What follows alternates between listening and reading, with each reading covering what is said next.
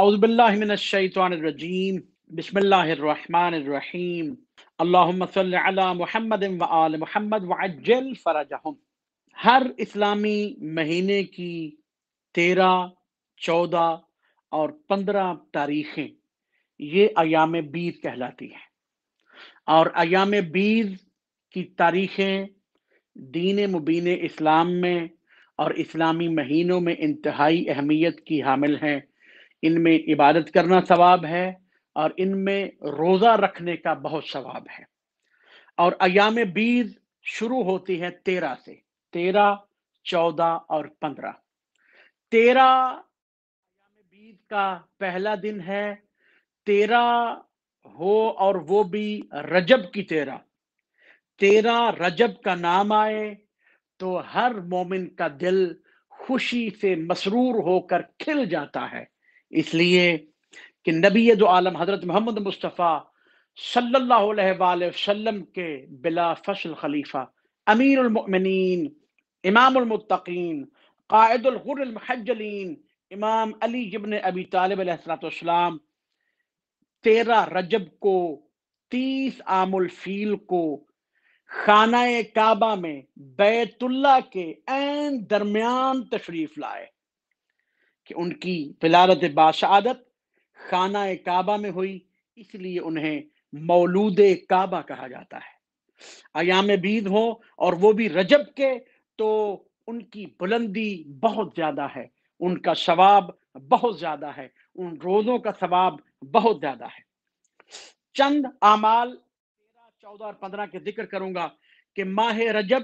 اور شعبان اور رمضان، یہ ان تینوں مہینوں کی فضیلت دوسرے مہینوں سے زیادہ ہے، اور ان تینوں مہینوں میں ایام بیض میں یہ عمل کیا جا سکتا ہے جو میں ابھی بتانے والا ہوں۔ 13 رجب کی رات کو غسل بہت ثواب رکھتا ہے، اور اس کے بعد 2 رکعت نماز مستحب ہے۔ 13 رجب کی رات، یہ 12 اور 13 رجب کی درمیانی رات ہوگی، 13 رجب کی رات۔ اور نیت میں عرض کر دوں کہ نیت یہی کی جائے گی، 2 رکعت نماز اس رات کی پڑھتا ہوں یا پڑھتی ہوں قربتاً اللہ، اور طریقہ وہی جیسے صبح کی نماز پڑھی جاتی ہے۔ 13 رجب کو 2 رکعت نماز پڑھی جائے گی، اور پھر 14 رجب کی رات کو، رات کا یہ عمل ہے، 13 رجب کی رات اور 14 رجب کی رات، وہ 2 رکعت نہیں 4 رکعت پڑھی جائے گی، 2 2 کر کے، اور پھر 15 رجب کی رات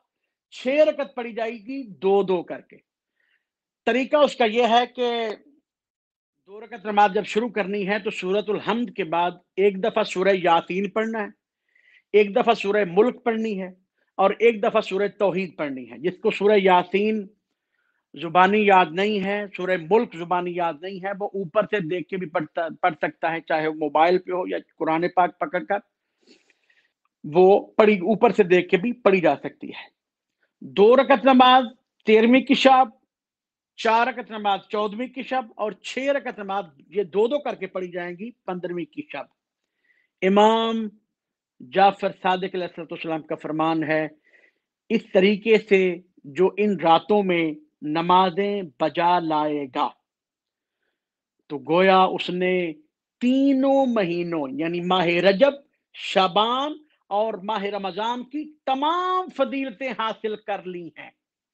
اور پھر مولا صادق فرماتے ہیں کہ سوائے شرک کے اس کے سبھی گناہ معاف ہو جائیں گے جو یہ عمل کرے گا۔ اور پھر 13 رجب کا دن جو کہ خوشی و مسرور سے دل کھلنے والا دن ہے، اس میں کچھ اعمال ہیں، میں یہ عرض کروں گا، اس دن روزہ رکھنے کی بہت زیادہ فضیلت ہے 13 رجب کو۔